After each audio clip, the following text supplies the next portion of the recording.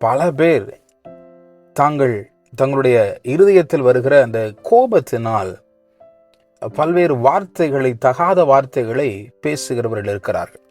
தகாத காரியங்களை செய்கிறவர்களும் இருக்கிறார்கள். அந்த கோபத்தில் அவர்கள் என்ன செய்கிறோம் என்பதை தெரியாமலே பல்வேறு தேவையில்லாத காரியங்களை செய்கிற எத்தனையோ பேர் இருக்கிறார்கள். இங்கே ஆதியாகமம் 49:6 நாம் வாசிக்கிறோம், அவர்கள் தங்கள் கோபத்தினாலே ஒரு புருஷனை கொன்று தங்கள் அகங்காரத்தினாலே அரண்களை நிர்மூலமாக்கினாரே. எதனாலே? கோபத்தினாலே. பிரியமான தேவனுடைய பிள்ளைகளே, உங்களுக்கு கோபம் வரவே கூடாது. நாம் கோபத்தில், சில பேர் கோபத்தில் என்ன பேசுகிறோம் என்றே தெரியாமல் தேவையில்லாத வார்த்தைகளை எல்லாம் பேசி உறவுகளுக்குள்ளே பிரிவினை ஏற்படுத்தி கோபமாக இருக்கும் பொழுது பல காரியங்களை செய்கிறவர்கள் இருக்கிறார்கள். பழி வாங்குகிற எண்ணம், கொலை செய்கிற எண்ணம், விரோதம், இவைகள் எல்லாம் கோபத்தினால் வருகிறது. கோபத்தை தவிருங்கள். இது நம்முடைய வாழ்க்கையில் இருக்கவே கூடாது.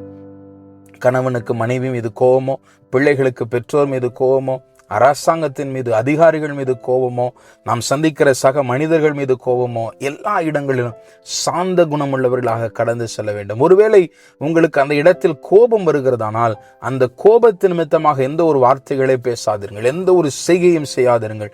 கோபம் வரும் பொழுது அமைதலாக கடந்து செல்லுங்கள். இதை தவிர்ப்பது நல்லது.